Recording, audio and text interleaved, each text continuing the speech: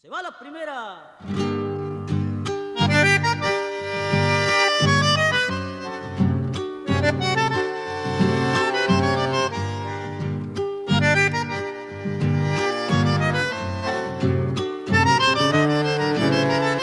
Adentro.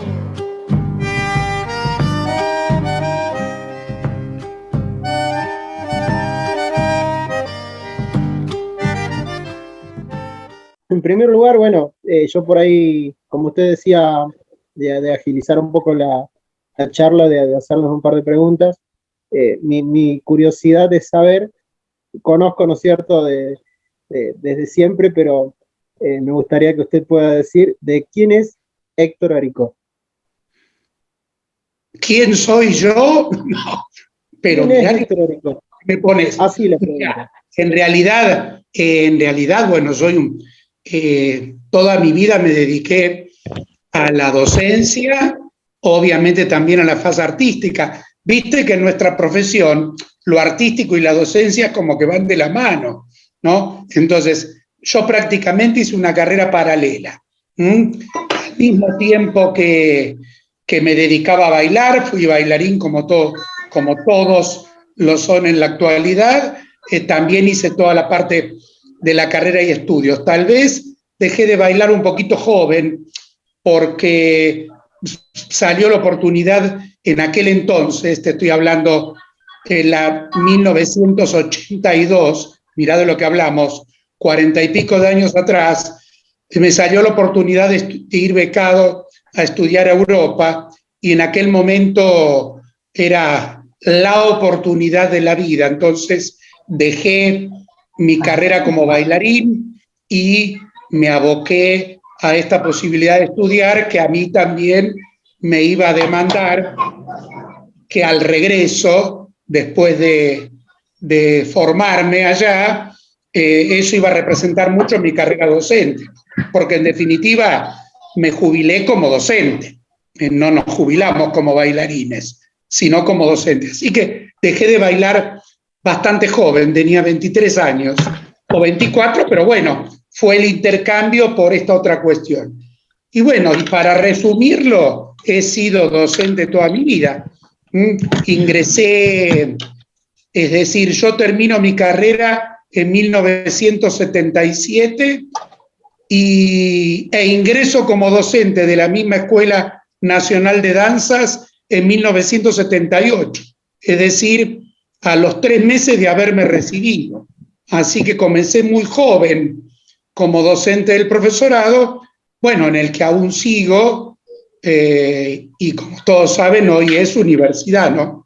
Hoy es la Universidad Nacional de las Artes. En aquel entonces era el profesorado de la Escuela Nacional de Danzas. Bien, profe. La otra curiosidad que yo tenía es cómo se dio la posibilidad de editar el libro Apuntes sobre bailes criollos de Domingo Lombardi. Ah, bien. Mira, el tema es así. Como te dije, Lucas, a mí me desaparece, de repente me desaparece la pantalla donde te veo. No hay problema, ¿continúo? Sí, continúe. Ahí está, ahí te vuelvo a ver. Mira, el tema es así. Desde la faceta artística, yo dirigí durante muchos años distintos grupos de danza, no solo de Argentina, sino también de Yugoslavia y de Eslovenia, porque esta beca por la que fui convocado fue en aquel entonces República de Yugoslavia. Hoy sabemos que son países independientes, entre ellos Croacia, a quienes le ganamos el otro día, ¿no? Bueno, y yo viví en ese país y estudié en Zagreb, que es la capital de ese país. Entonces, ¿qué quiero decir con esto? En paralelo hice una carrera artística dirigiendo grupos de danzas. Cuando con los grupos teníamos que hacer giras por el extranjero, en el extranjero te exigen músicos en vivo, es decir, no podés ir con un grupo de danza y grabaciones, como nosotros nos movemos acá en Argentina, como cuando vamos a un certamen o tal vez a un espectáculo, toda la música está grabada. Allá no, allá prácticamente el conjunto de danzas tradicionales se concibe a la par con el conjunto de canto y de música en vivo. Entonces teníamos que llevar músicos en vivo. Bueno, a partir de una compañera que era docente junto conmigo en una de las escuelas donde he trabajado, que es la Escuela de Danzas de Morón, escuela que también dirigí y en la cual me jubilé. Mi compañera de música folclórica era, porque es una señora ya fallecida hace unos cuantos años, la prima hermana de de la que fue la nuera de Lombardi. ¿Estamos? Lombardi tiene una sola nieta, tuvo una sola nieta. La mamá de esta nieta, digamos, la nieta viene por parte del hijo de Lombardi, ¿no? El hijo varón de Rubén Lombardi, casado con esta mujer, Esther, que tuvieron esta nieta a la que me refiero, y mi amiga era la prima hermana de esta mujer, de Esther Vázquez. Entonces, cuando me menciona que ella era prácticamente cercana a Lombardi, yo me pongo muy feliz, porque es un tradicionalista que lo habíamos estudiado, no solo en el profesorado, sino que después yo, cuando encaro con la materia historia, empiezo a dictar historia, hace muchísimos años atrás, historia de la danza, era uno de los autores que se estudiaba. Viste que siempre mis propuestas de trabajo tienen que ver con todos los recopiladores de Argentina. Entonces dije, yo la tengo que conocer y ahora vas a ver qué graciosa que termina siendo la anécdota. La tengo que conocer, tiene una sola nieta, ¿cómo yo no voy a conocer a la nieta de Lombardi? Bueno, dale, arreglamos y una tarde nos invitaron a tomar una mateada, una merienda, un té. Y conozco a la nieta de Lombardi. Bioquímica, ¿qué quiero decir con bioquímica? Ni idea de folclore, ¿está? Ella con su profesión de bioquímica. Y en el medio de la charla me dice, yo tengo unos papeles viejos de mi abuelo que creo que no sirven para nada. Y yo digo, ¿vos me los podrías mostrar? Y me saca una serie de manuscritos, porque era todo, que eso yo en el libro lo digo, él le llama editorial pulso, porque era todo escrito a mano, digamos, ni siquiera a máquina, obvio. Si fue incluso en el año 1916 que él empieza a escribir, 18, y me muestra todo eso. Cuando yo le empiezo a leer, digo, mirá, estos son archivos inéditos, esto es oro en polvo. Héctor, ¿en serio? Te los regalo. No, ¿cómo me vas a regalar esto? Digo, no, regalarlos no, porque esto es muy valioso. Yo lo que te propongo es lo siguiente, que me permitas fotocopiarlos y yo te prometo que con este material yo en homenaje a tu abuelo voy a publicar un libro. Y ese es el libro del que vos hablas. Con todos los archivos inéditos de él. Ojo, él había publicado algunas danzas en el libro que escribió junto con Enrique Floch en Danzas Pampeanas y en una revista muy antigua que se llamaba Señuelo, él había publicado algunas danzas, pero no todas.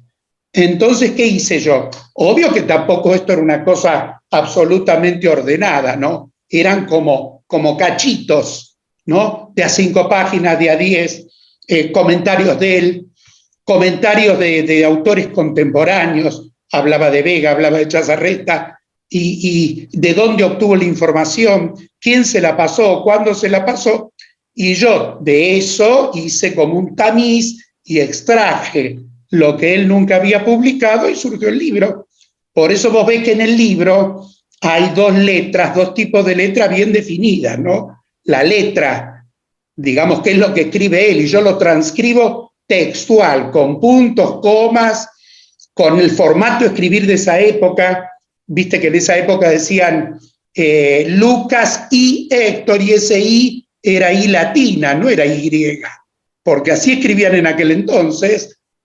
Entonces, bueno, tomé lo que yo consideré que era más sustancioso, que era más útil para los que se dedican a las danzas folclóricas, y ahí lo publiqué. El prólogo lo escribió ella, y en el prólogo, bueno, ella misma dice que me cedió con toda confianza el material a mí, así que yo feliz, porque bueno, publiqué algo que Lombardi escribió y que nunca había podido publicar, lo publiqué yo, pero por supuesto es a nombre de él, ¿no? Todo el resto de los textos sí los hago yo, analizando sus textos, interpretando qué quiere decir, porque convengamos que en esa época no había una metodología. Estamos hoy sí, le llamamos paso básico, los zapateos tienen nombre, pero en aquella época no estaba creado todo eso. Entonces yo voy haciendo una interpretación de lo que él quiso escribir. Así que es una anécdota muy linda y bueno, y muy valioso, y gracias a ella, Mercedes Lombardi, yo me sigo comunicando, somos amigos al día de hoy, y que bueno, que confió en mí. Así que, y ese fue el resultado del libro al que vos te referís. Qué bueno, profe, qué linda experiencia, ¿no? De haber ocurrido eso, y qué bueno que haya salido, que uno también tenga la posibilidad de poder tenerlo en manos, ¿no es cierto?, para poder aplicar todo eso que nos sirve muchísimo a todos, ¿no? Me quedó algo ahí pendiente, o sea, no quería cortarle. Sí. Usted dijo que Lombardi había apuntado algo sobre, en el libro El Señuelo. ¿Tiene que ver algo con lo del señuelo de Joaquín López Flores?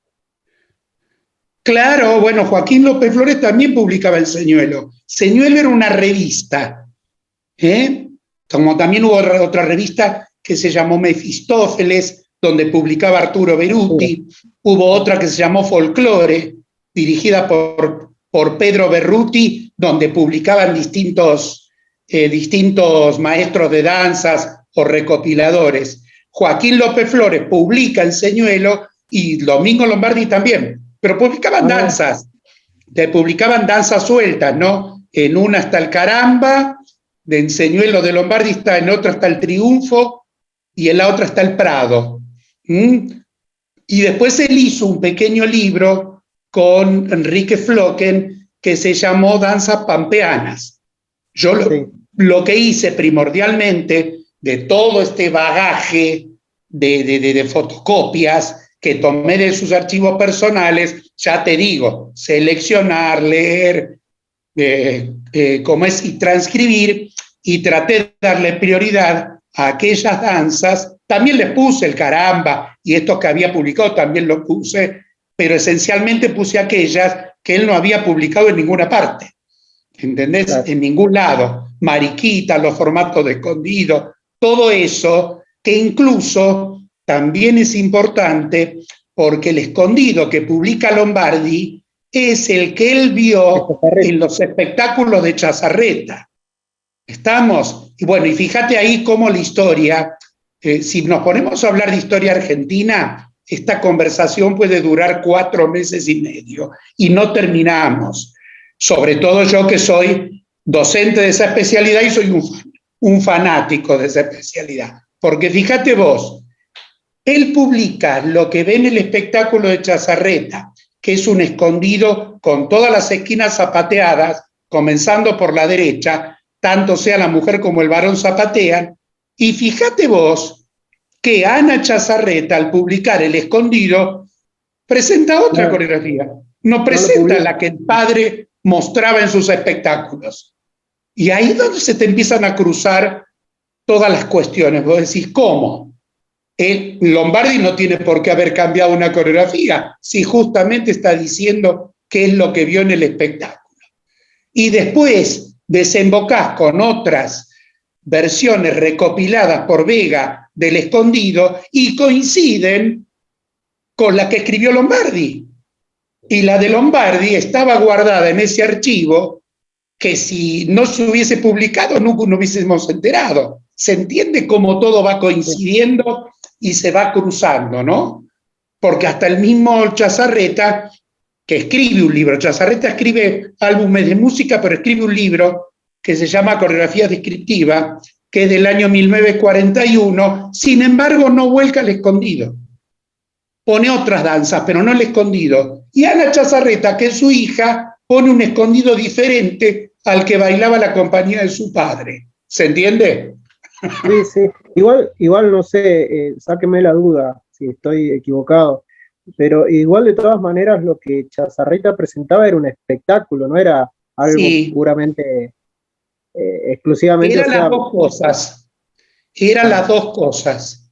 Porque él, bueno, y esa es la gran confusión cuando hablamos de Chazarreta, y ahí yo tengo siempre que ser, cuando me hicieron esta entrevista tan larga en Por los Caminos de la Danza, no sé si la viste, que presentan de la Academia Nacional del Folclore, Darío y Gloria. En esta entrevista justo me preguntan sobre Chazarreta, y ahí hay que ser cuidadoso para que nadie lo tome a mal y nadie se sienta afectado.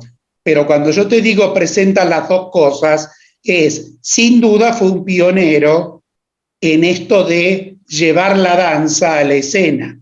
Pero también es verdad que la intención siempre era mostrar lo que era la danza popular.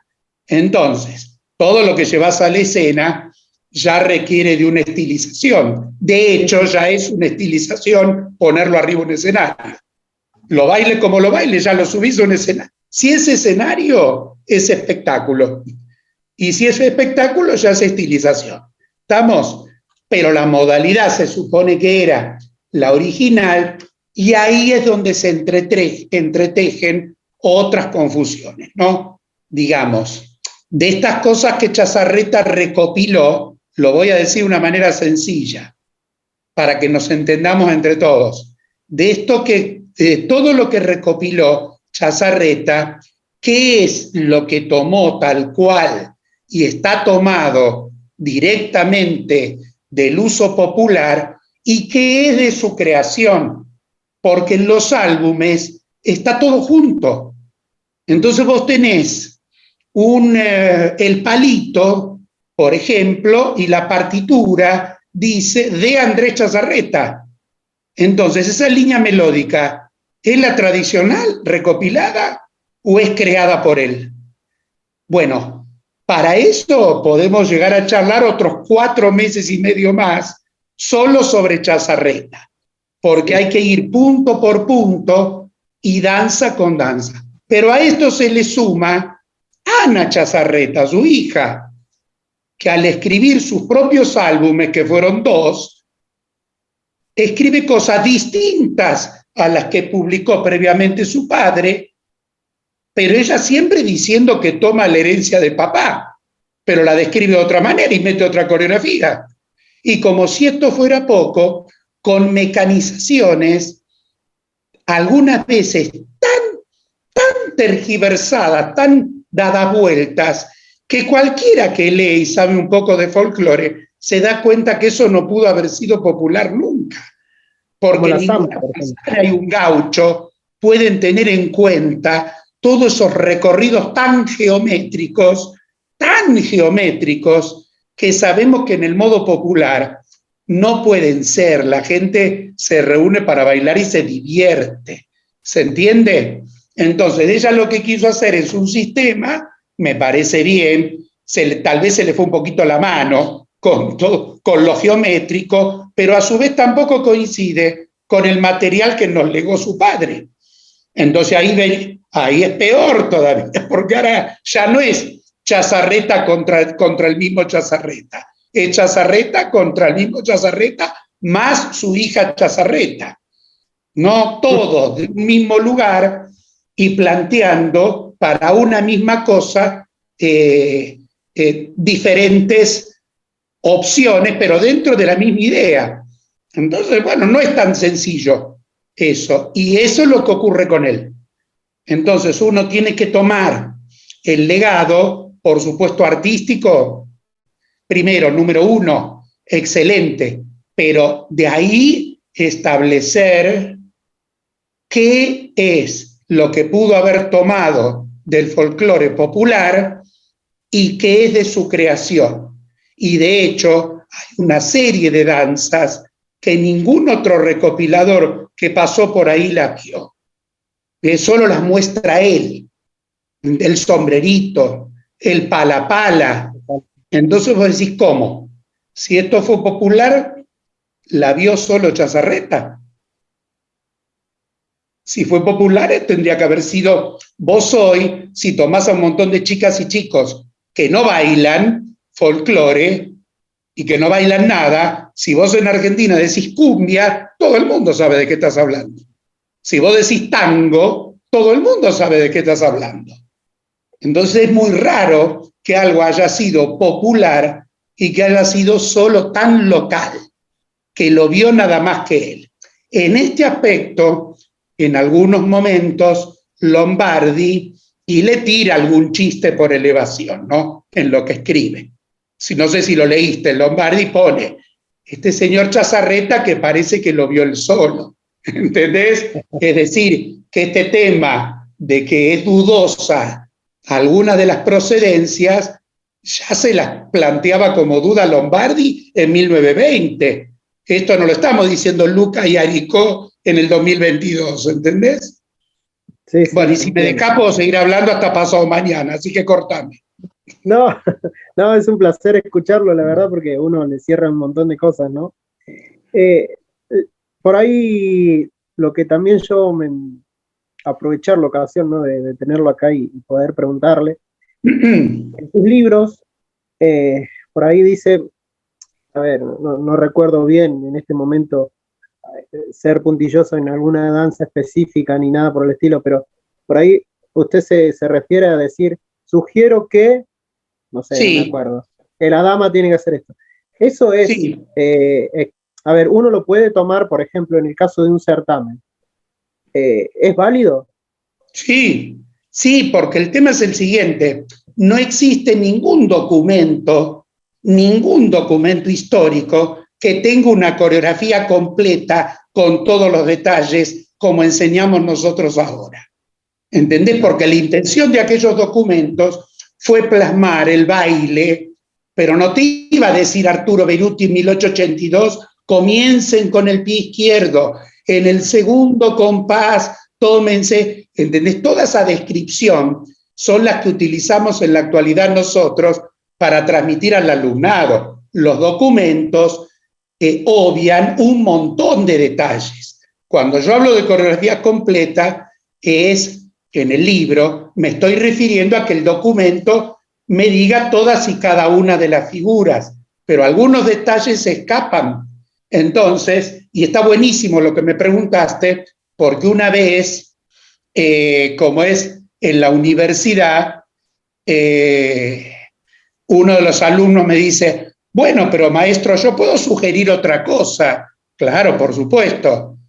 Le digo, pero va a haber una diferencia, ¿qué? Que vos estás sugiriendo desde la opinión.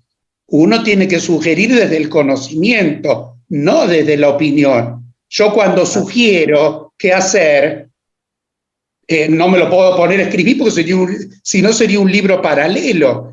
Pero cuando yo sugiero dentro de una coreografía de Jorge Furt que aquí las mujeres pueden hacer paso básico en el lugar con un leve balanceo, es porque después de conocer la obra completa de Jorge Furt, aunque en ese documento de esa danza no haya dicho algo, tal vez lo explicó en otra danza, ¿no? Donde hay un pasaje parecido, ¿se entiende? Entonces yo sugiero en función de haber leído la obra completa de ese autor y de decir, habrá querido decir esto o es bastante factible que sea esto. Y fíjate que en casi todas las danzas, son las dos palabras que más escribo, sugiero y recomiendo. Sugiero y recomiendo. ¿Pero por qué? Porque ningún documento tiene todo completo y ningún documento va a tener recorridos del zarandeo. porque el zarandeo era un pasaje improvisado. La mujer tomaba su falda, se meneaba, muy graciosa, jugueteando con el varón y jugando esa conquista, y no había un recorrido ni de rombo, ni de, ¿entendés? Entonces, cuando vos lo tenés que enseñar, si los bailarines son de alto nivel de conocimiento, bueno, podés decir, improvisen este pasaje. Pero si son chicos más chiquitos o gente inexperta, y tenés que darle un recorrido. Nadie puede improvisar si no domina. Porque muchas veces se dice eso, ¿no? Ah, no, pero se debiera bailar, sí, pero lo estás diciendo vos como bailarín experto.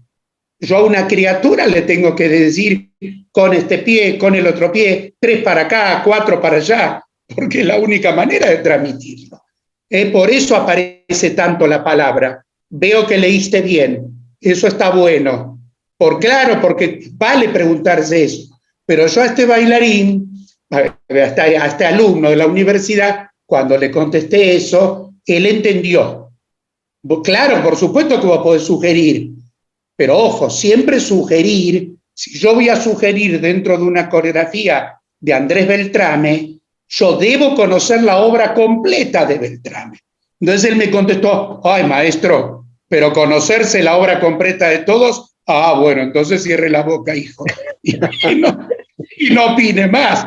Y sí, porque obvio que para sugerir tenés que conocer. No es que yo tengo nada más que el Prado de Beltrame y sugiero en función de esa pieza musical. No, Beltrame escribió 32 piezas musicales, todas con historia, me refiero hablada por él, ¿no? Todas con información más ordenada, un poco menos ordenada. Pensemos que era comienzo del siglo XX, no todos eran unos expertos escritores. Entonces, bueno, si voy a sugerir en una de las coreografías de Arturo Beruti, tengo que conocer la obra completa de Arturo Beruti. ¿Cuánto publicó? 10 Mefistófeles, me lo tengo que leer los 10. Entonces, tal vez en algún otro lugar, un pasaje similar te dice, sí, y en esta parte la mujer graciosamente balanceaba. O te dice, la mujer paseaba el baile, ahí te das cuenta que es hacer paso básico, o de lo contrario, zapateaba junto con su compañero. Más clarito, échale agua. Sí.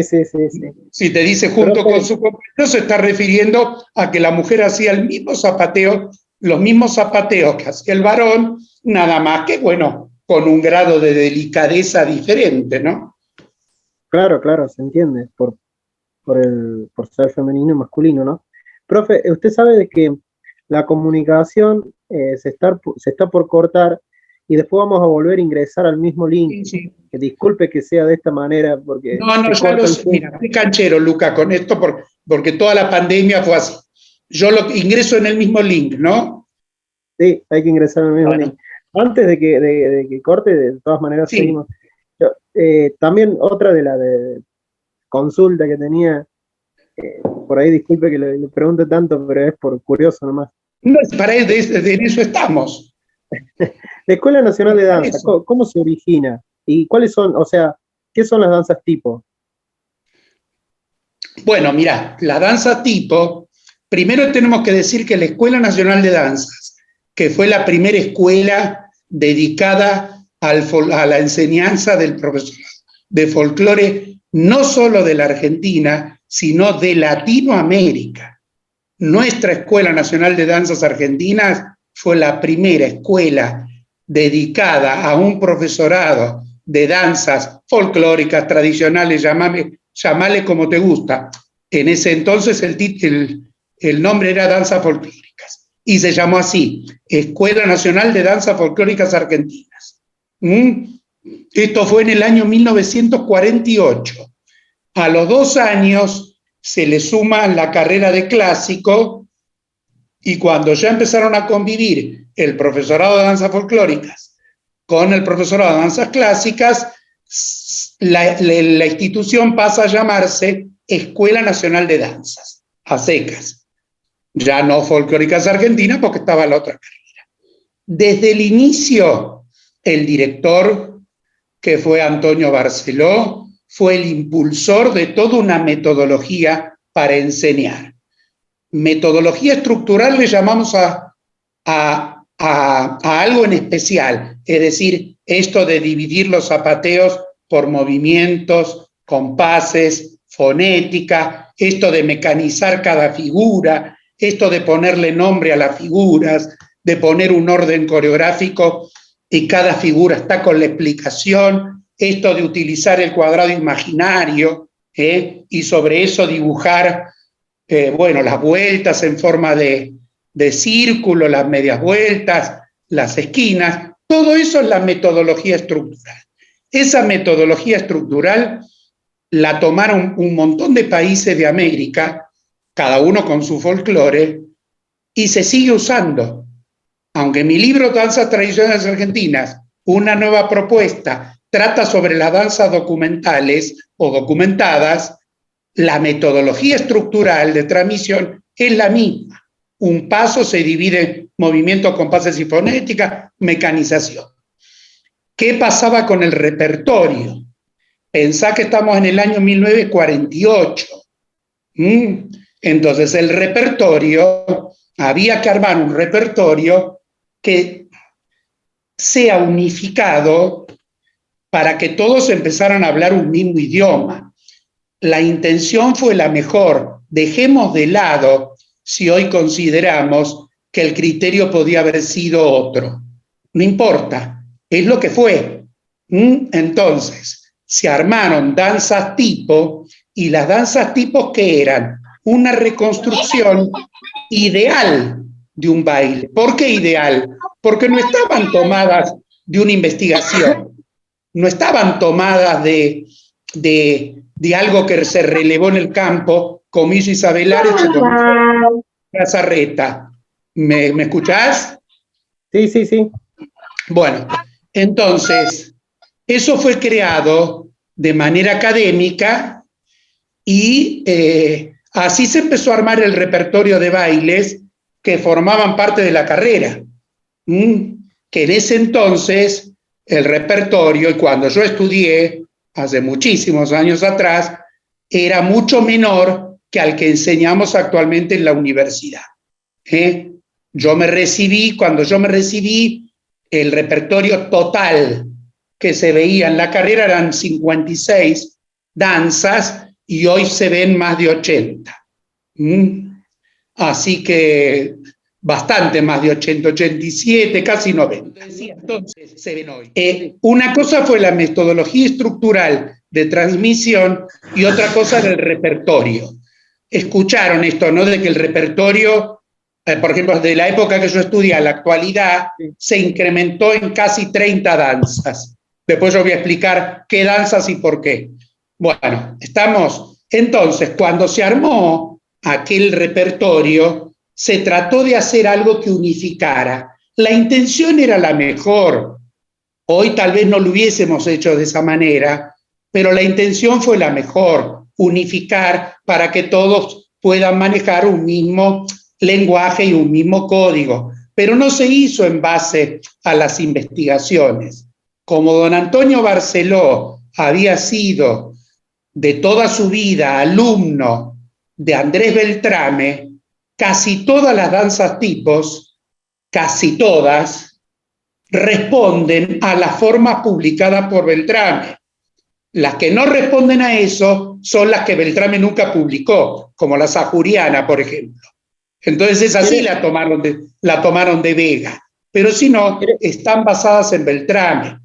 Esto es un poco equívoco, porque quiere decir que si Barceló hubiese sido alumno de Chazarreta, la danza tipo hubiese sido otras, ¿se entiende? Pero bueno, uno no puede 70 y pico años después culpar a eso. Esa fue la intención fue didáctica, fue la mejor, pero bueno, un formato de danza tipo hoy por hoy no tiene sustento, porque ¿qué ocurre? Cuando ese alumno o cuando ese estudiante te pregunta de dónde salió esto, ya no tenés que responder.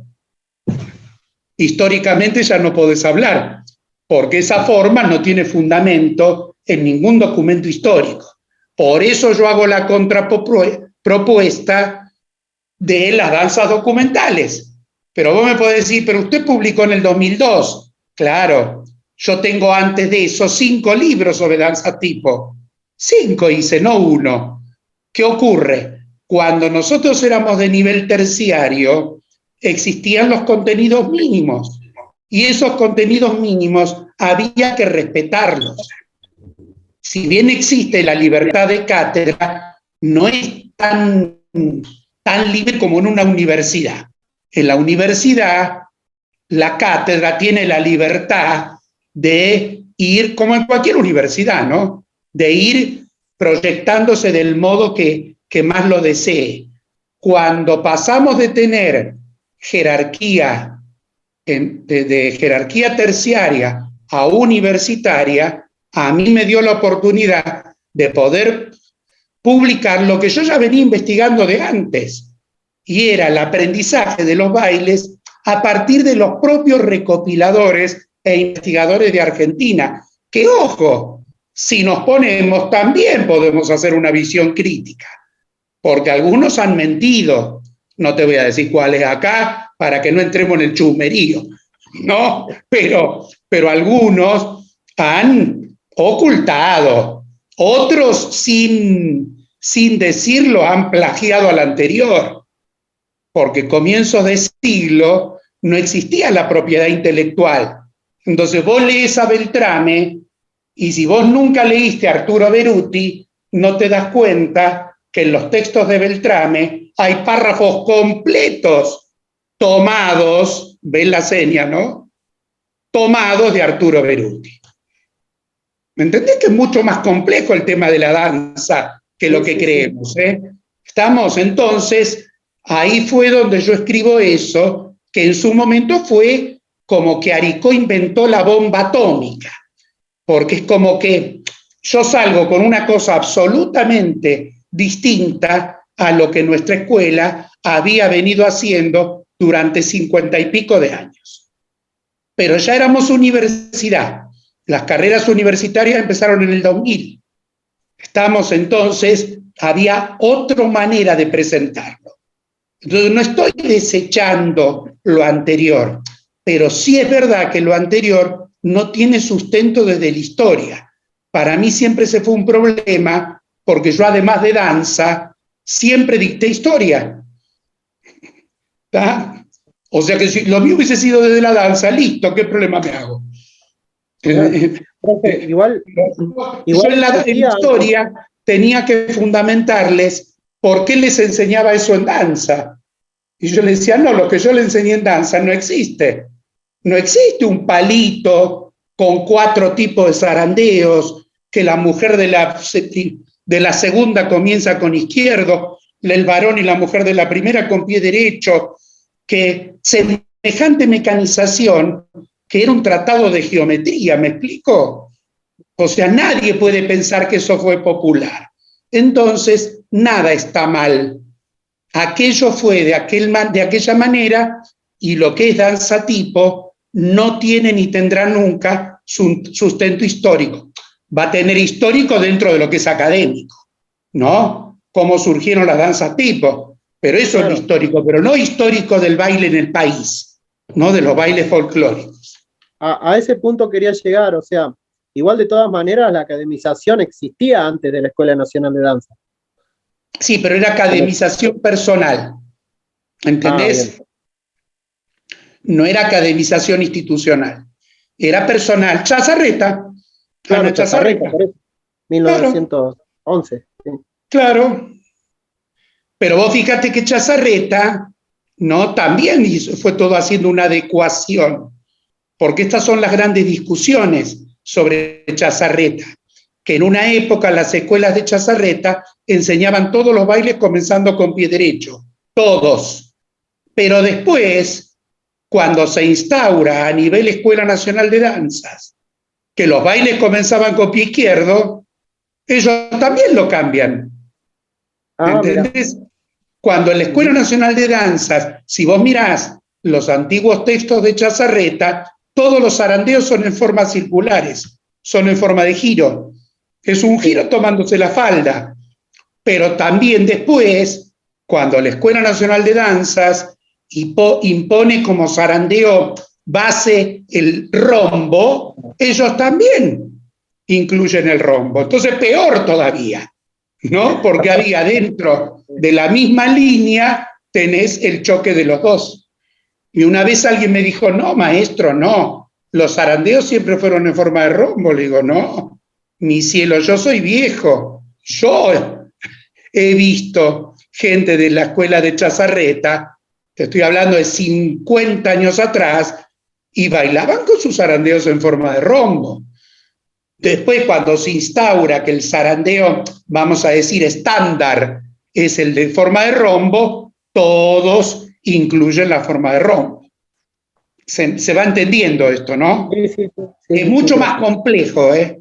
Yo te la estoy tratando de hacer sencillita y corta, pero es mucho más extenso y más largo, porque incluso yo les doy este ejemplo. Si vos tomás en el álbum donde Ana Chazarreta publica La Chacarera Doble, mirá el gráfico, ella en el primer avance y retroceso lo hace de frente. Avanzo 2, retrocedo 2. El segundo avance y retroceso lo hace en forma de rombo.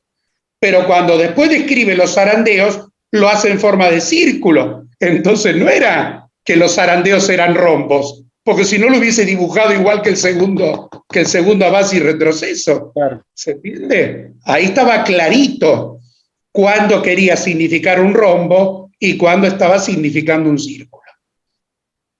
Y a eso agregale de saber si esa chacarera doble, que no la recopiló ningún otro músico, realmente existió.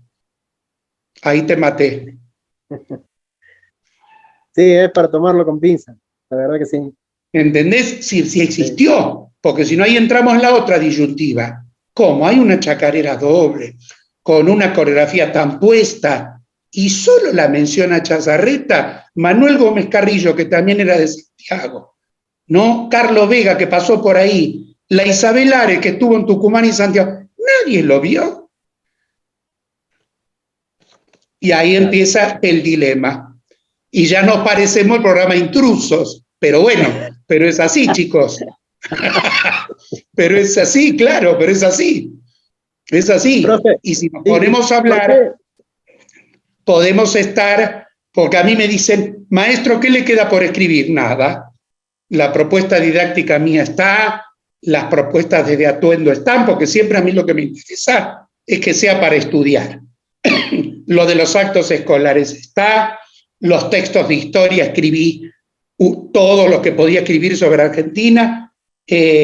Lo único que me quedaría es una visión crítica. Digo, pues ya con eso me echan del país. Ya no, porque en realidad, si uno escribe esto, por más que yo le pongo simpatía, yo creo que debe ser incluso hasta doloroso. Yo en la universidad fui profesor del nieto de Chazarreta, que se llama Andrés Chazarreta Ruiz, ¿no? Con quien tengo una brillantísima relación, y yo tenía que ser muy cuidadoso cuando hablaba de su abuelo, ¿no? Pero yo tampoco podía dejar de decir estas cuestiones en una materia que justamente se llama antecedentes históricos. No puedo decir todo está bien, no está todo bien, ¿no? Lo mismo lo de las danzas tipo, y yo tengo una gran amistad con el hijo de don Antonio Barceló, bueno, ya te dije, con la nieta de Lombardi, pero de ahí en más, ¿viste? Es decir, o sos un hipócrita y todo está divino, y yo veo bailar a tu pibe y te digo, ¡qué maravilla! Y vos te quedás contento porque te lo dijo Arico, y yo apago el celular y digo, estos pibes son unos cangrejos, ¿no? ¿Entendés? Entonces nunca le diría a alguien que es un cangrejo, pero sí, si me pedís una opinión, yo te voy a tratar con respeto de responder y fundamentar, porque no es solo responder, es el por qué estamos diciendo lo que decimos. No es porque se me ocurrió, si no volvemos a la sugerencia y recomendación de este alumno, ¿no? Que me dijo, ay, yo también puedo sugerir, claro, si vos tenés el conocimiento podés sugerir. Después se dio cuenta que poder podía, no tenía el conocimiento. Entonces mejor, por ahora cerrar la boca, seguir estudiando, y después algún día vos también vas a sugerir. O sea, para que se entienda, por eso te agradezco esa pregunta, que yo no pongo, sugiero y recomiendo desde lo que se me canta, no es eso. Lo que pasa es que tampoco me da para cada cosa que sugiero explicar por qué. Si no, el libro tenía otra que la Biblia. ¿Entendés? No terminamos más. Profe, respecto para reforzar ese tema de las danzas tipo, de la academización y demás, ¿por qué hay danzas que no sufrieron esa academización? Como por ejemplo, no sé si llamarlo baile o danza, como por ejemplo una ranchera, un paso doble o un... Y porque tampoco tiene muchos patrones. No dice, por ejemplo, como un gato que decir, bueno, el gato es vuelta entero y giro. No tiene esa estructura, lo que quiero decir. Claro, bueno, pero tampoco tiene demasiados patrones, Lucas. Bailar una ranchera es una mazurca. Una mazurca a nosotros nos llega desde Polonia y se instala primero en los salones. Nuestra ranchera sigue siendo una mazurca con gusto criollo, con gusto de campo. Y no tiene más que el paso básico, enlazarse y tal vez balancear un poco el zarandeo, el balanceo. A lo sumo, si eran una diversión, se intercalaban relaciones, se decían relaciones, que sabemos que las relaciones eran momentos lindos de diversión y de juego con esto de la poética, y que ya estaban en el cielito, en la media caña, en el pericón, en el gato, en los aires, pero no tiene más que eso. Las otras danzas son de estructura que le llamamos de estructura fija, que tampoco son tan fijas. Son fijas en cuanto a cuáles son los patrones. Hay un artículo, vos conocés mi libro, Artículos sobre danza, ¿no? No lo tengo, profesor. Bueno, ese después me das la dirección y te lo mando de regalo, pero con la condición de que lo leas. Son todos artículos sobre historia de la danza que yo escribí en mi carrera. El último de los artículos habla de los patrones coreográficos. Y ahí yo explico qué son los patrones desde la antropología, ¿no? De la antropología de la danza, ¿no? ¿Qué son patrones? Y vas a ver que los patrones son esas partes mínimas que le van dando identidad cuando esto se asocia a un determinado ritmo. Digo ritmo porque no necesariamente tiene que ser musical. Hay danzas que tienen un ritmo sin necesidad de que intervenga la música. Yo puedo bailar un malambo sin música, pero sí tiene un ritmo. ¿Estamos? ¿Se entiende esto, no? Sí. Nosotros, y en otros países, también hay muchas danzas que no tienen una música particular, sin embargo sí tienen un ritmo particular. Esos serían los patrones. Los patrones, por tradición y por uso y por costumbre, pueden acomodarse de distintas formas, pero eso no los transforma en otra danza. Si vos en La Rioja decís gato, todos comienzan con un giro y están bailando un gato. Como dijera un amigo, claro. Los apellidos son para las personas, dijera un amigo mío. Por ahí uno lo dice gato riojano, gato cuyano, gato catamarqueño y es gato en realidad, sí.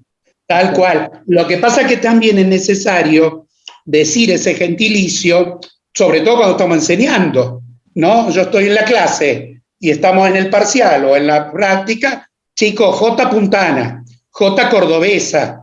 Entonces tenés que agregarle el gentilicio, o decimos cueca norteña criolla, cueca norteña colla, cueca neuquina, cueca cuyana, cueca malarguina. Mirá, tenemos un chorro de cuecas. Obvio que en cada uno de esos lugares el nombre es cueca, nada más. Nadie va a decir en el medio de Neuquén, bailemos la cueca neuquina. ¿Y cuál vas a bailar? si estás en Neuquén. No, Claro. pues eso es obvio. Entonces esos gentilicios son necesarios para transmitir. Para transmitir me refiero para identificar. Pero lo que quiero decir, cuando vos bailas ese gato, le decimos riojano, empieza con un giro, y no es que tiene otro patrón. El giro es un patrón del gato. No importa dónde va, ¿me explico? Entonces decimos, chacarera del monte. No es que en el monte es otro país. Entonces la chacarera del monte es otro baile. No, es una chacarera. ¿No? Nada más que comienza con zapateo y zarandeo. Pero el zapateo y zarandeo es un patrón de la chacarera. ¿Se entiende esto?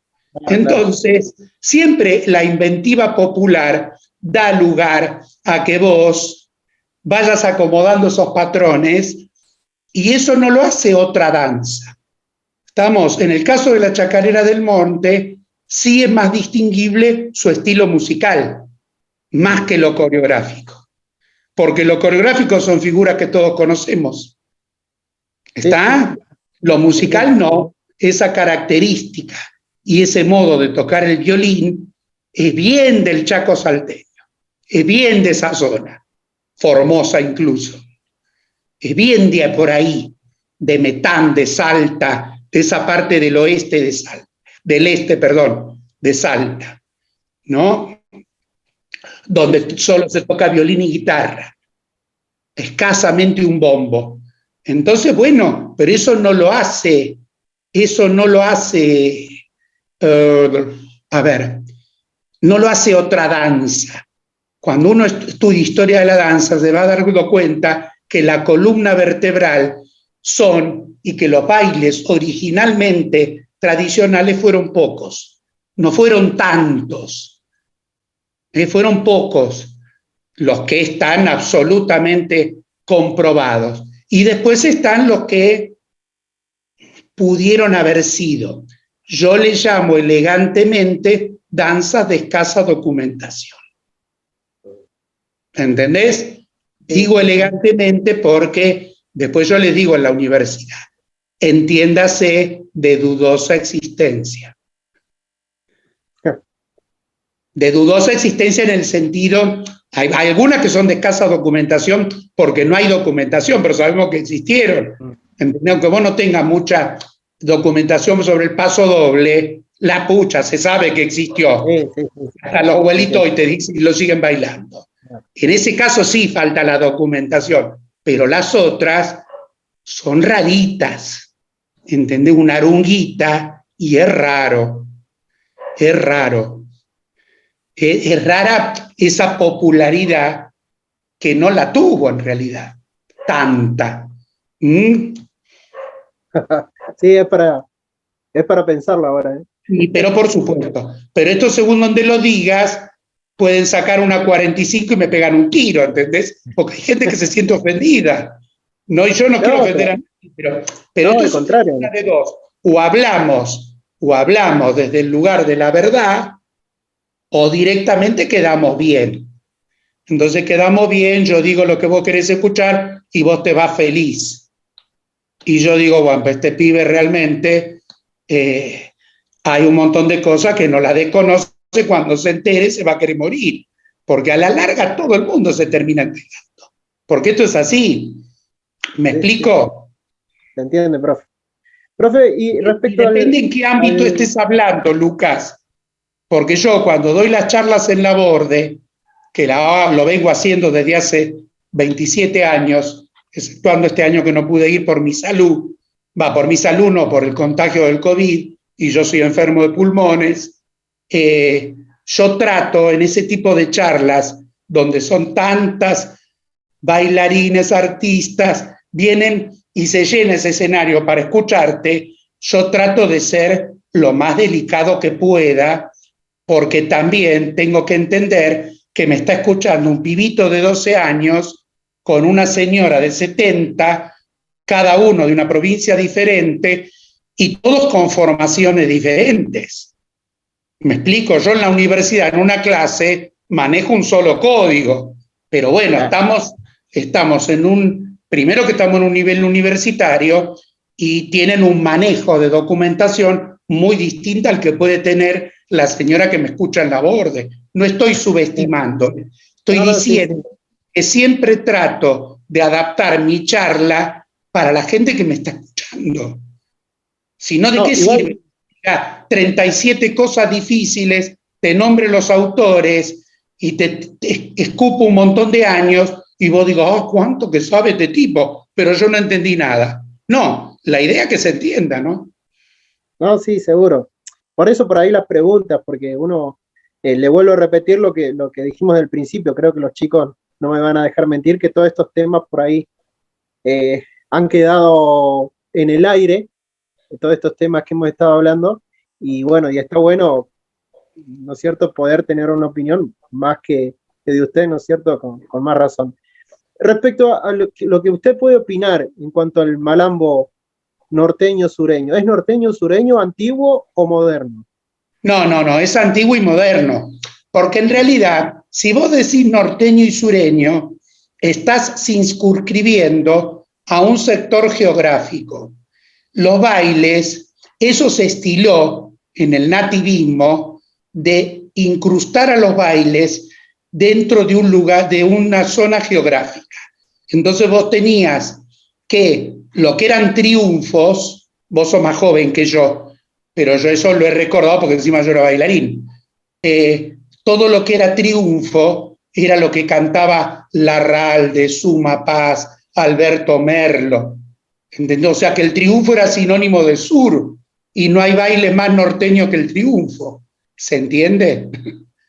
Porque los bailes fueron, fíjate que yo en el libro hablo y digo, nacionales o regionales. Nacionales porque la gran mayoría tuvieron difusión en todo el país y hubo algunos que tuvieron difusión en alguna zona, pero nunca estuvo dividido de esa manera tan sencilla norte y sur. ¿Me explico? Sí. Entonces, nosotros hablamos de Jota por Córdoba, pero se recopilaron jotas en Tucumán, se recopilaron jotas en La Rioja, se recopilaron jotas en San Luis, se recopilaron jotas en Mendoza y por supuesto en Córdoba. ¿Por qué bailamos dos? Porque son las únicas dos que tenemos registro coreográfico. De las otras no se sabe cómo se bailaba, pero la música está recopilada.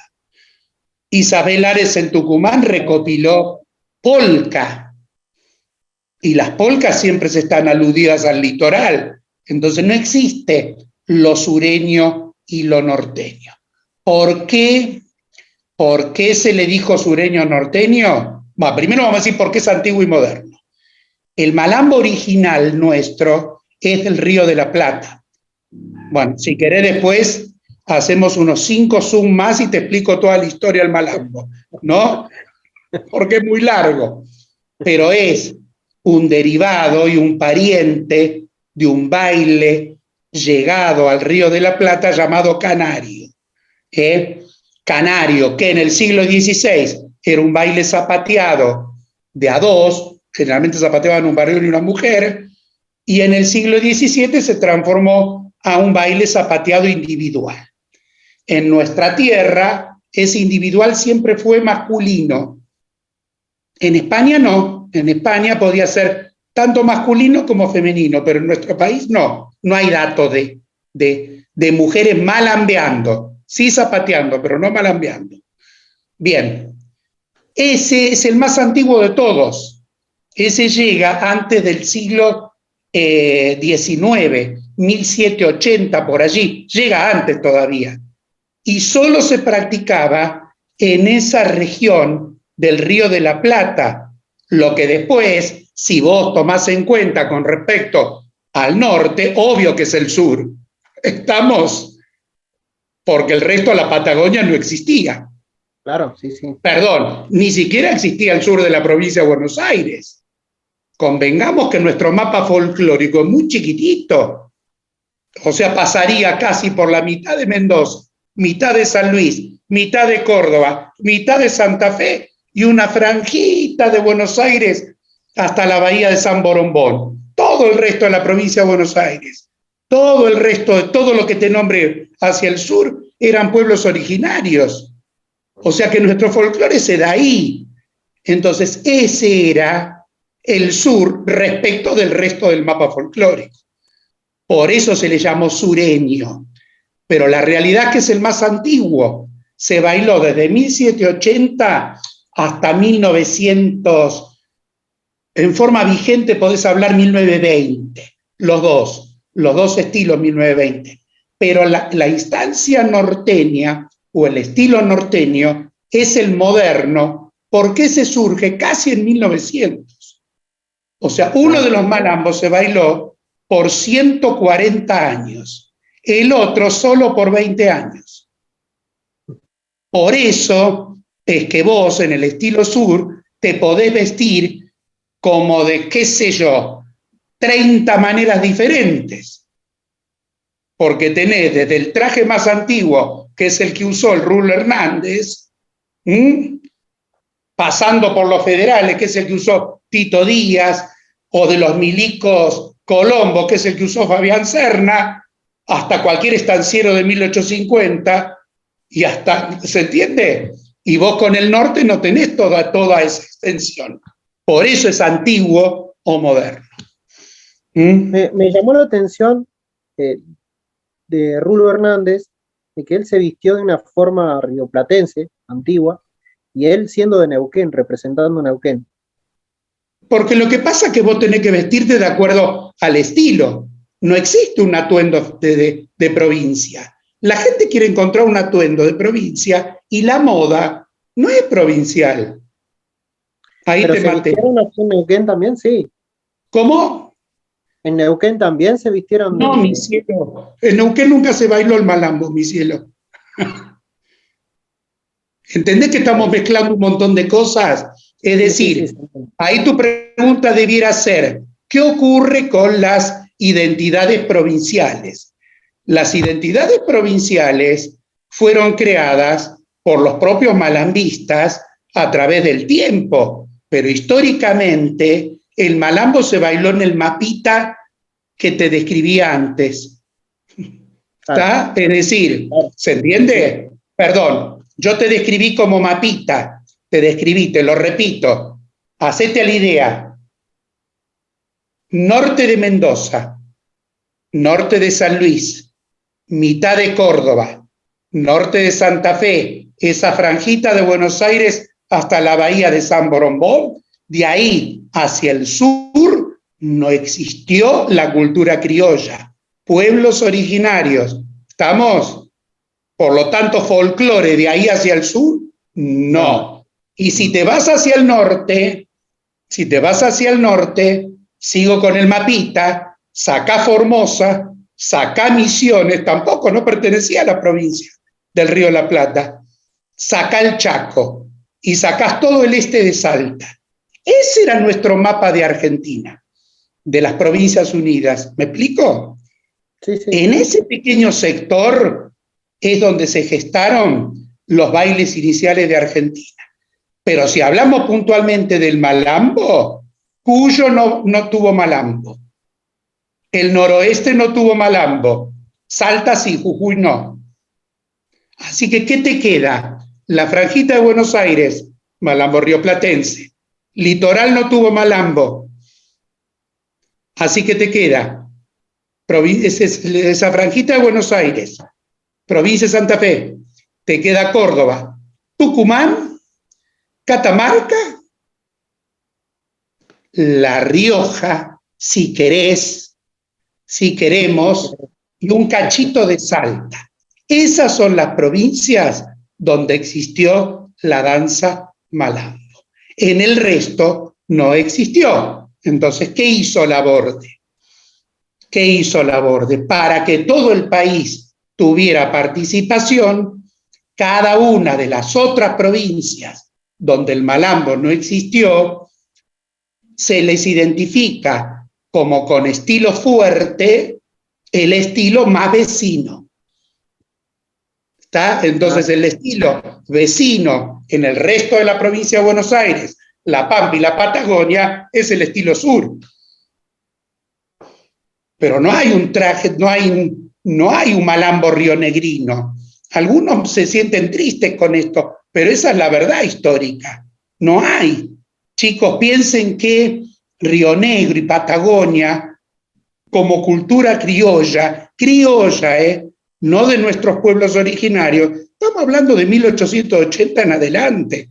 Casi el malambo se estaba extinguiendo. ¿Me explico?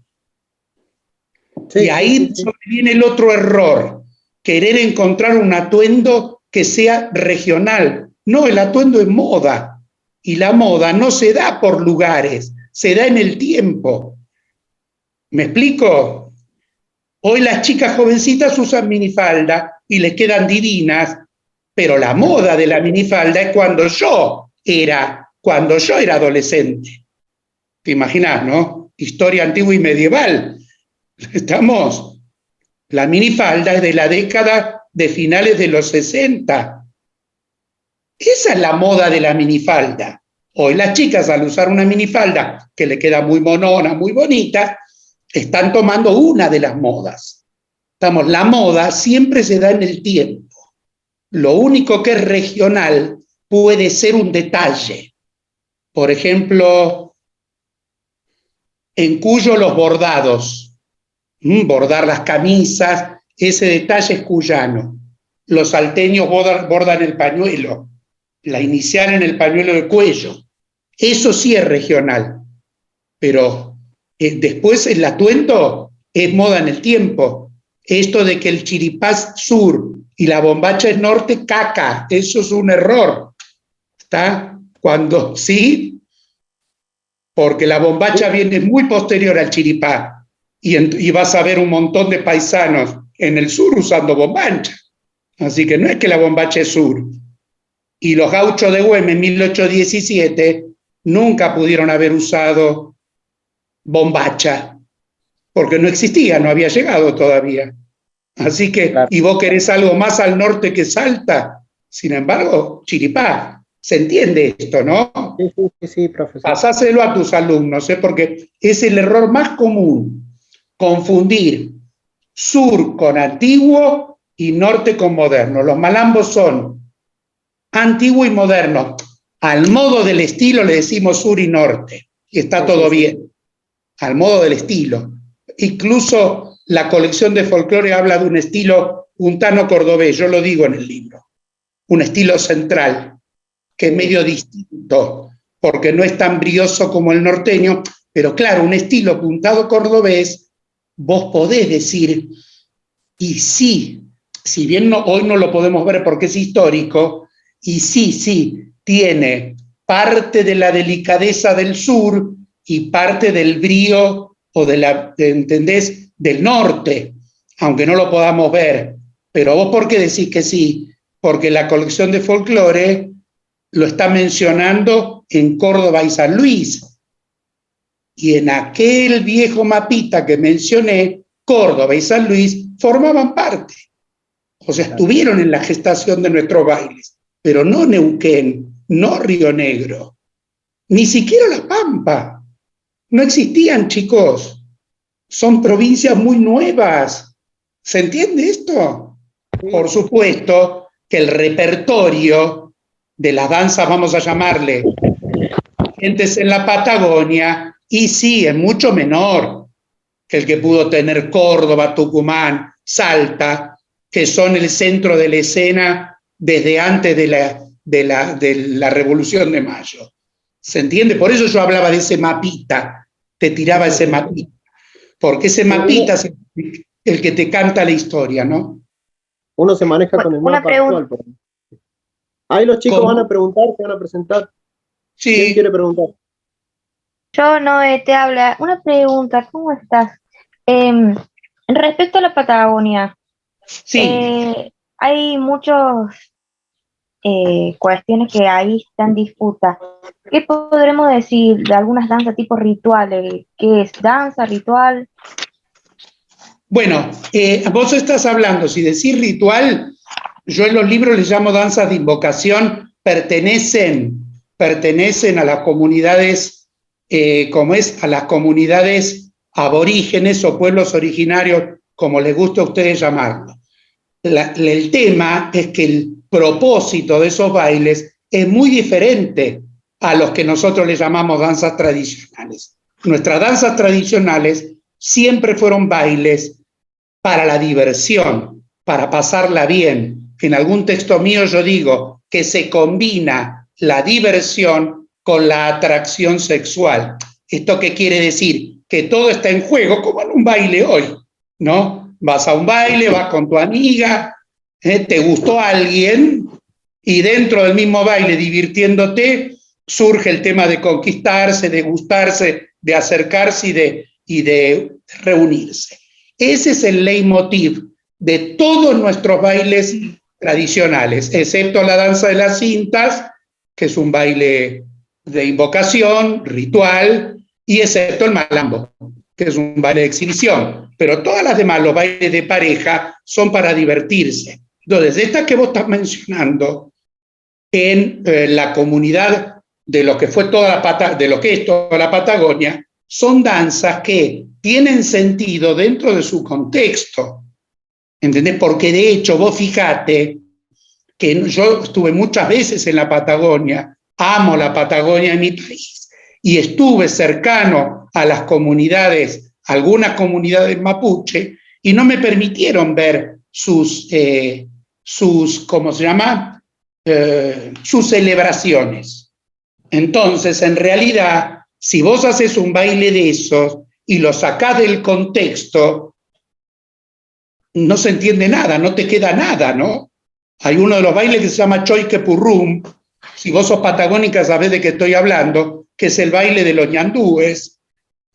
Claro, pero eso tiene sentido dentro de la celebración de ese grupo originario. No es lo mismo que bailar una zampa. ¿Se entiende lo que digo? Entonces, llevar eso a la escena, y es un poco como peligroso, porque ¿desde dónde? Primero que no te permiten verlo, mucho menos te lo van a enseñar. Los grupos originarios muchas veces no, en la gran mayoría son celosos de su cultura. Ellos van compartiendo lo que ellos quieren. Entonces, una cosa es una artesanía y otra cosa es vos llevar como representatividad un baile. Si lo llevaras, también tendrías que ver en qué se tendría que hacer en el rubro conjunto, porque ellos no bailan en pareja. Entonces ya en el rubro pareja no tenés nada. Ningún pueblo originario baila en pareja.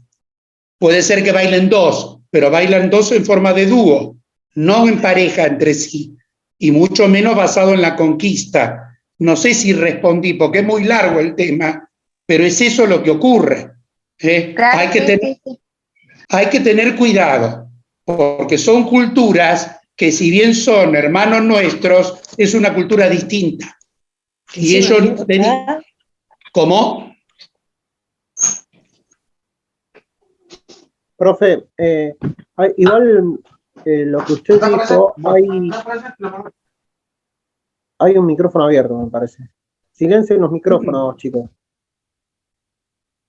Ahí vamos. Hay una danza, baile, loncomeo, puede ser que hay libros que lo han academizado, que es totalmente mapuches. Sí, pero viste lo que pasa, yo creo que si eso lo llega a leer un mapuche se enoja.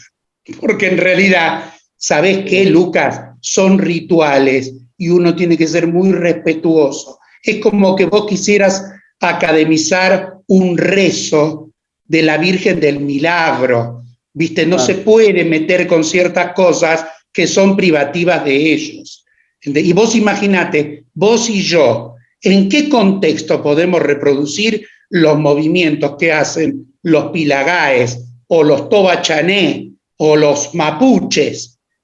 Tenés que ser uno de ellos, ¿entendés? Si no terminamos siendo dos monigotes, porque eso, el movimiento ahí tiene valor en función de quién sos, no en función de una coreografía. De hecho, si llegaste a ver algún documental con danzas de tribus o pueblos originarios, los patrones coreográficos son muy sencillos. Caminan golpeando los pies, algún saltito, pero todo el valor está en el contexto, en lo que le decía esta chica.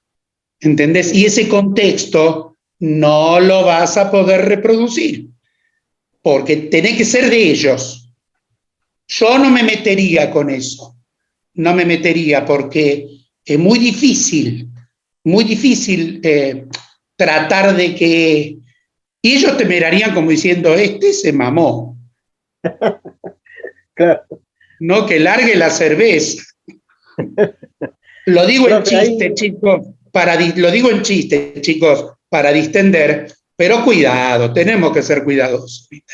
Sí, sí. Tenemos que ser cuidadosos porque convengamos que son nuestros hermanos de convivencia, pero son otra cultura. Tienen otra cultura. ¿Entendés? Entonces hay cosas que siempre va a costar entender a ellos y a nosotros. A mí me ha pasado, trabajé 9 años en el Chaco, en el profesorado de allá de danzas. Desde su inauguración, cada vez que nos hemos querido acercar, han sido gentiles. Yo más que nada, porque imagínate, yo siempre que bajé a las provincias, para mí era viaje de estudio. Llegaba a Corrientes a dar un curso, maestro, ¿dónde quiere ir? Una bailanta. Yo quería ver el chamamé ahí, ¿entendés? Pero aquí, con los pueblos originarios, no fue, te diría, ni siquiera posible. Menos, olvídate que llegues ahí con un celular a querer filmar. Olvídate. ¿Se entiende? Chicos, Sí, sí. vamos a hacer, seamos, en ese sentido yo les pido incluso a los chicos en la universidad, no quieran descubrir América porque ya está descubierta. Entonces no quieran mandarse la gran odisea de querer captar algo que ofenda a alguien. Muy distinto cuando vos llegás a una comunidad criolla. Yo he estado en pueblitos remotos de las provincias y ellos te invitan, ¿entendés? Claro. Ellos te invitan, ellos comparten, ellos te preparan el mate, ellos te cuentan. Y yo alguna vez le digo, ¿les molesta que tome nota? No, maestro, tome. Y yo escribía con la mano, con los pies, con todo, porque dije, esto no me lo puedo perder, pero porque ellos te lo están permitiendo.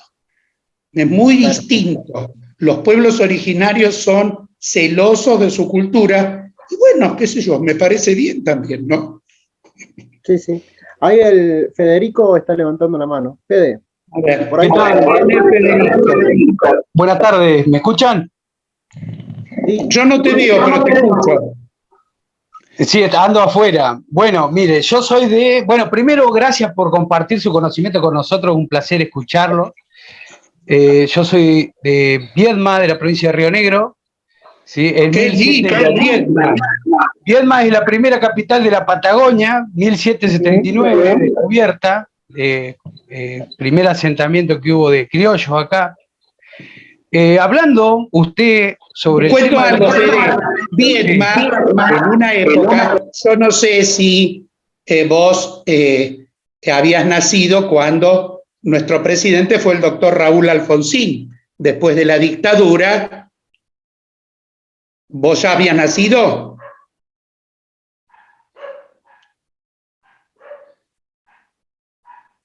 Federico. Se me fue. Se fue Federico. Sí, lo escucho. ¿Habías nacido en el 83? 86, Alfonsín iba a declarar el traslado de la capital a Viedma. Claro, eso te iba a decir. Sí. Fue un proyecto bastante serio del doctor Alfonsín de que la capital se trasladara a aquella capital original de la Patagonia. Sí, señor. Eso te iba a decir. Bueno, respecto al tema de los pueblos originarios, sí. Con respecto a eso, bueno, Río Negro, como Neuquén, como Chubut, pero principalmente los grandes afluentes de la Araucanía, se vinieron los pehuenches, los puelches, vienen atravesando la zona del antiguo país de las manzanas que decía Cafulcurá, al hombre blanco, sí. Y llegan hacia toda nuestra provincia. Río Negro pudo sobrevivir a la ola neoliberal y mantuvimos lo que es orgullosamente un patrimonio nuestro, que es el tren patagónico, que sobrevivió a las privatizaciones y hoy felizmente todavía resiste. Bueno, Sí. Este viene desde Bariloche hasta Viedma. Son alrededor de un poquito más de 1000 kilómetros. Mucha gente empezaron a ver un movimiento interno, ¿sí?, de pueblos originarios, porque en nuestra provincia, en la línea sur rionegrina, desde Bariloche hasta Viedma, hay un componente mapuche fuertísimo. Muchísima gente originaria del pueblo mapuche. Bueno, hace unos días fui a uno de esos pueblos y bueno, tuve la oportunidad de contemplar, porque hacen guillatum, están las ñañas, están las machis, que todo lo que usted está comentando le doy totalmente la razón, porque son celosos de su cultura, es muy difícil penetrar en su cultura, contemplar sus rituales y todas estas cuestiones, ¿no?, que tienen estos pueblos. Y lo que me tocó ver, que me llamó muchísimo la atención, bueno, Viedma ha venido mucha gente del norte, ¿no? Desde el 86 a la época ha llegado un componente importante, y bueno, acá sí se baila chacarera, hay grupos de baile, grupos folclóricos, de todo un poco, ¿no? Pero allá, y en todos los pueblos de la línea sur, generalmente priva lo que es la gente, lo que baila, que llama muchísimo la atención, es el chamamé. Sí. Yo me he asombrado cómo bailan chamamé y No, cómo... Fede, hace años, Santa Cruz, Chubut, perdón, todo el sur de Chile, el chamamé ha sido un furor, es lo que vos estás diciendo, un furor. Por eso yo muchas veces en la borde, y disculpa que te corté un poquito, después seguís, muchas veces en la borde le digo, ¿y por qué no ustedes no hacer la representatividad de tu provincia, yéndote, por supuesto, a alguna de esas bailantas que hay en el interior de Chubut o de Río Negro o del Neuquén mismo, y tratar de buscar con ese estilo un chamamé, porque el estilo musical es distinto y el estilo coreográfico, si bien se asemeja, también puede ser un tinte distinto porque la ropa va a ser distinta. Pero claro que sí. Por eso yo te decía que no es que la Patagonia no tuvo cultura criolla, claro que la tuvo, pero bueno, no es el ascendiente que tuvo nuestro norte, ¿no? Vuelvo al mapita de las Provincias Unidas del Río de la Plata, ¿no? Entonces, obvio que pareciera que todo está ahí, y sí, todo se gestó ahí. De hecho, eso fueron las primeras zonas nuestras, después vino todo el resto. Y te aclaro algo, Fede, también. Pensemos que tampoco fue que pasamos de ese mapa que yo describí a la Patagonia completa. Eso fue todo un proceso. Dejemos de lado, yo no me quiero meter en el tema, que a mí no me gusta todo lo que tenga que ver con genocidio, eso es un horror. Eso no se discute. Lo que yo estoy diciendo, el proceso de ampliación de los espacios de Argentina, que no fue Julio Argentino Roca, fue la última instancia. Previo a él, el primero que comienza a extender esos lugares es Juan Manuel de Rosas, en su primer gobernación, no en 1829. Pero si vos tomás hasta el año 1825, el mapa era ese. A eso me estoy refiriendo. Así que lo que dijiste del chamamé es absoluto, y yo le agrego, y es representativo.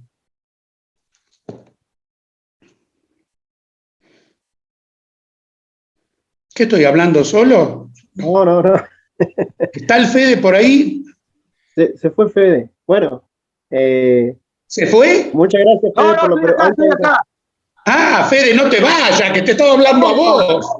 Por favor. Es más, viniendo para Viedma, al costado de San Antonio Este, cerca de las grutas, para que se den una idea, hay un monumento, ya porque no es un monolito, gigante de lo que es el Gauchito Gil. Paro a descansar un rato y me pongo a hablar con el organizador. El mayor festival de chamamé de la Patagonia se hace a orillas de la ruta en honor al Gauchito Gil, ahora para para enero, el 8 de enero, 7 de enero, me llamó poderosamente la atención Sí. cómo me habló el organizador, porque yo soy un analfabeto de la música folclórica litoraleña, y me quedé anonadado, porque estoy haciendo... Bueno, fíjate, yo te agradezco todo tu comentario y te voy a explicar por qué. Porque justamente yo le estaba respondiendo a Lucas esta cosa de que no era norte y sur, esto de acá y aquello de allá. Fíjate vos estás hablando que es una explosión ya de hace muchos años del chamamé en la Patagonia. Así que mirá si no será un baile nacional de Argentina. Obviamente la génesis fue en Corrientes, pero ya desde mucho antes de 1950 el resto del país empezaba a bailar chamamé. Y fíjate vos, y llega hasta nuestra Patagonia, que encima tenemos un país recontra largo, ¿no? Entonces es así, esa es la cultura, esto es lo que yo le decía a Lucas. Así que te lo agradezco. Y cuando me quieras invitar a la gruta, yo encantado, ¿eh? Bueno, cerrando, lo último que aporto es que la persona que es director de cultura provincial, ¿sí? Lo que se está buscando es un movimiento cultural rionegrino, ¿no? Yo por ahí, y justo se da en el marco de lo que es esto de la ley de folclore en las escuelas, que quiero también que omita su opinión respecto a esto. Sí. Vamos a hacer un paréntesis ahí, buscando una identidad rionegrina. Y la verdad que buscando una identidad rionegrina, yo creo que, y le doy la razón a usted respecto a nuestras ciudades, todo nuestro territorio patagónico, que encontrar una identidad en esta provincia que se independizó fue nombrada en 1957 Río Negro, antiguamente nacional, es prácticamente para mí, es imposible encontrar una identidad porque tenemos una multiplicidad de identidades. Por ejemplo, Bariloche es una ciudad con componente originario y con componente de todo el país que emigró a Bariloche viendo las postales y pensando que iba a comer chocolate. Perdón, y de Europa. Claro, sí, los alemanes. Alemanes, eslovenos, eslovacos, croatas. A ver, a mí me parece, yo estoy tan de acuerdo con vos, y eso que vos seguramente sos mucho más joven que yo. Pero bueno, ¿por qué estoy de acuerdo? No, uno no está en contra de lo que es identitario. Lo que ocurre que la cultura no la podés medir como un ADN, ¿entendés? Es decir, si vos sos mi hijo, obviamente que en tu ADN va a dar que yo soy tu papá, pero esto no es así, menos en una cultura como la nuestra, que es tan dispar. Nosotros tenemos todas las nacionalidades que nos podamos imaginar, más nuestros queridos pueblos originarios que aún siguen vivos y aquellos pueblos originarios que ya no existen, ¿no? Porque nombramos a los puelches, a los tehuelches, a los mapuches actuales, pero estuvieron los querandíes, los diaguitas, la pucha sí los hubo. Entonces es muy difícil, y cuando hablamos de identidad, yo preferiría referirme a esas características que compartimos en cada lugar, que eso existe, eso sí existe. Pero pretender como identidad esta cosa de el atuendo de Río Negro, el atuendo de Buenos Aires del Norte, el atuendo, no es así. ¿Se entiende? No es así. Es lo que estoy diciendo desde el principio de la charla, sin que nadie se ofenda. Ni siquiera, eso lo hablamos con mis estudiantes en la universidad. Tengo mucha gente de Jujuy y ellos mismos, cuando yo hablo, reconocen lo que estoy diciendo, que aquellos jujeños que viven cerca de la frontera con nuestro país vecino de Bolivia, se identifican más con esa cultura boliviana, porque son el mismo sector, que con los del sur de Jujuy, que sin duda algunos de ellos parecen más salteños que jujeños. Esto es así. Yo vivo en Buenos Aires y hablamos idéntico a los uruguayos. O sea, nosotros en Buenos Aires hablamos más parecido a los uruguayos que a los cordobeses, que son de nuestro propio país. Se entiende la cultura no entiende de ese tipo de fronteras. Entonces yo opino igual que vos, querer trazar una frontera donde vas a terminar siempre en una disyuntiva porque no la hay. Gracias, maestro. Y Por favor. bueno, quiero saber su opinión respecto a la implementación de la ley de folclore en las escuelas. Eso me parece excelente. Eso se estuvo pidiendo desde siempre. Y eso parece excelente en tanto y en cuanto sea utilizado para esta cosa que tiene que ver con la cultura que nos une, ¿no? Siempre, por supuesto, la educación comienza desde lo local. Siempre, hay uno de mis libros que son danzas tradicionales argentinas para actos escolares. Yo ahí lo que traté es plantear los actos escolares desde la historia argentina y ofrecerles a los maestros un material porque los maestros son maestros, no tienen por qué saber bailar folclore, ni cantar, ni recitar, ¿no? Entonces, justamente ahí yo digo lo mismo que estoy hablando en este momento. Todo comienza por esa pequeña cultura local que luego se traspola a lo barrial, de lo barrial a lo zonal, de lo zonal a lo provincial y de lo provincial a lo nacional. Hay una gran cultura argentina, pero que contiene todas estas mini subculturas de cada provincia. Desde ahí sí podemos hablar de identidades, siempre que las identidades sirvan para contar quién uno es, no para distinguirse del otro, ¿no? Porque muchas veces se pide desde ese lugar. Todos quieren un atuendo para ser diferente a todos los demás. Y en realidad en un certamen de danza gana el que mejor lo hace, aunque esté vestido con un atuendo muy clásico. No sé si se entiende.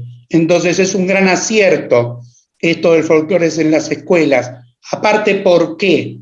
Porque eso está bueno que esté en manos de los jóvenes y por eso uno insiste tanto en que los jóvenes deben bailar, estudiantes disfruten, bailen, hagan sus compañías, sus bombos, sus boleadoras, sus estilizaciones, pero nunca dejen de formarse, porque después a la larga, realmente, esos lugares van a estar ocupados por la gente que se forma. Y así debe ser, ¿no? No, porque esto es así en todo, ¿no? Lo mismo en la abogacía como en la medicina. Entonces es un gran acierto. Yo creo que va a aportar mucho.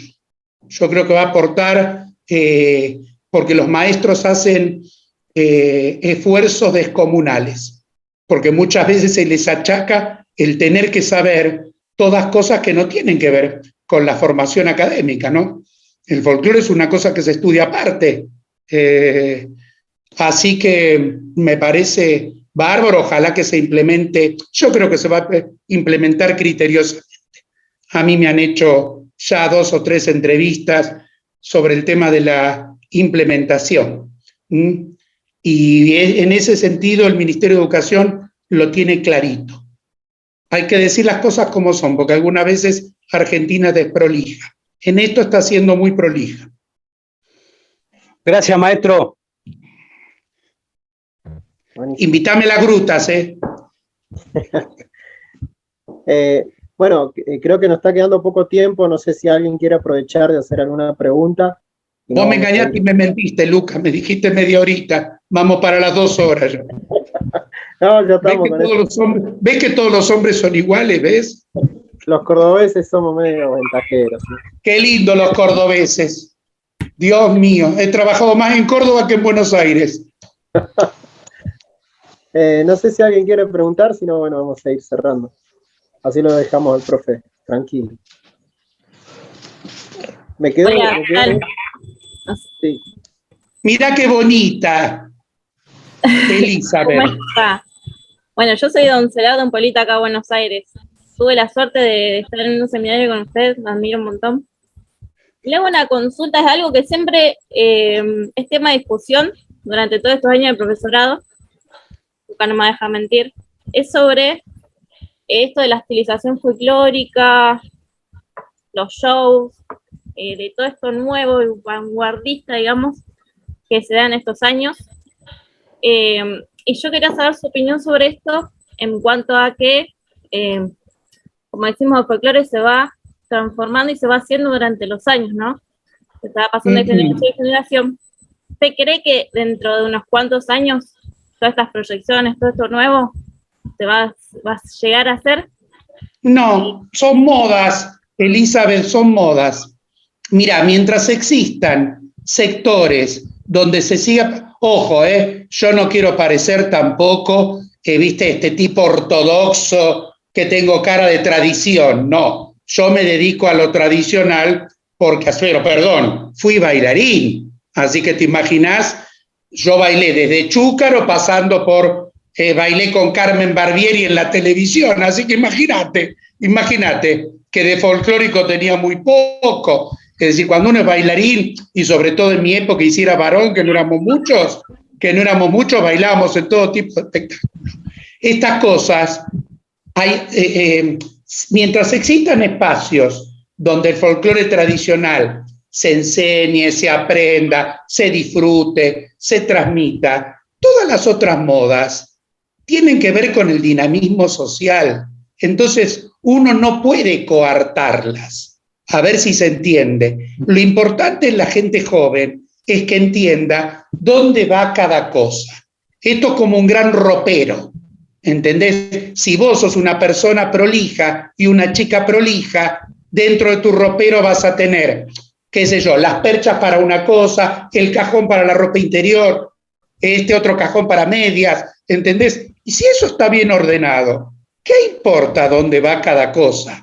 El asunto es saber qué es, porque si no, es como que una cosa pretende coartar la otra.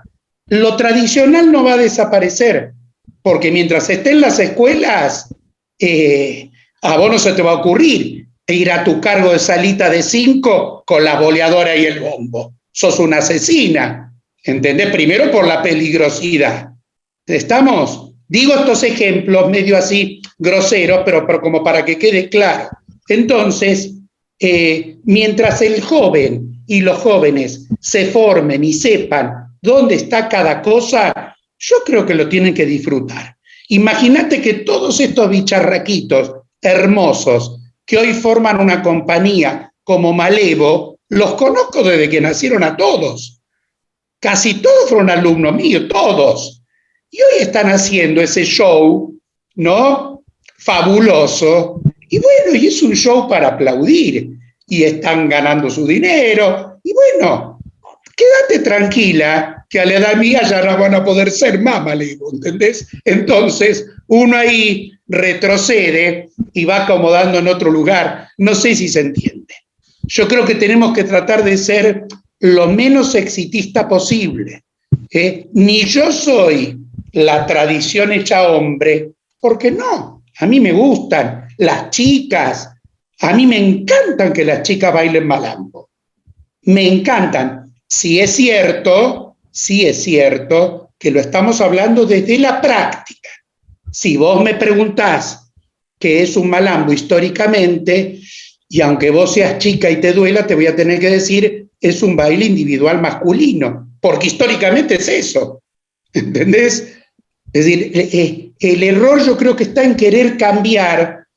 Vos podés deconstruir, que es el verbo que hoy se usa, podemos deconstruir la realidad, la actualidad. No podemos deconstruir la historia. ¿Se entiende esto? San Martín fue aquel. Entonces, vos no podés salir a decirle hoy, bueno, pero señor, fue medio tonto, ¿no? Porque si usted hubiese esperado 60 años más, los Andes lo cruzábamos en avión. ¡Qué viva!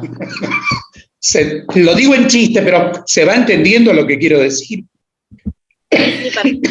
Igual yo lo tomo, todo esto, lo que es la modernización y demás, es como un llamador también a los jóvenes, a toda la nuestra no, pues ya estoy media pasada, pero a todos los jóvenes para que les tome interés Porque me ha Claro. pasado que hago bailes tradicionales y por ahí digo, qué aburrido.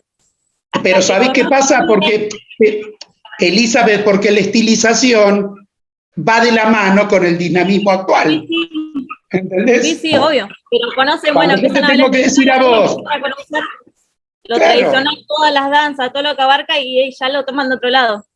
Es como un pero llamador. fíjate vos que yo todos estos bailarines que he visto y que hoy están en las compañías de bombos, boleadoras y show, yo que conozco, imagínate, son muchos años como jurado, yo ahora desde que estoy enfermo solo me he limitado a ir a la Borde, pero viajé durante 40 años por todo el país a todos los festivales y a todos los cursos y seminarios. Yo esos mismos bailarines que hoy te hacen un show de boleadora, yo los he visto bailar danza tradicional en las competencias del Cielito, Chacaimanta, Precosquín, y fantásticamente bien, ¿entendés? Pero claro, obvio, vamos a ser honestos, no te podés ir a Qatar, ¿no? A querer tener un laburo por esto del mundial y ganar unos mangos bailando el caramba, ¿entendés?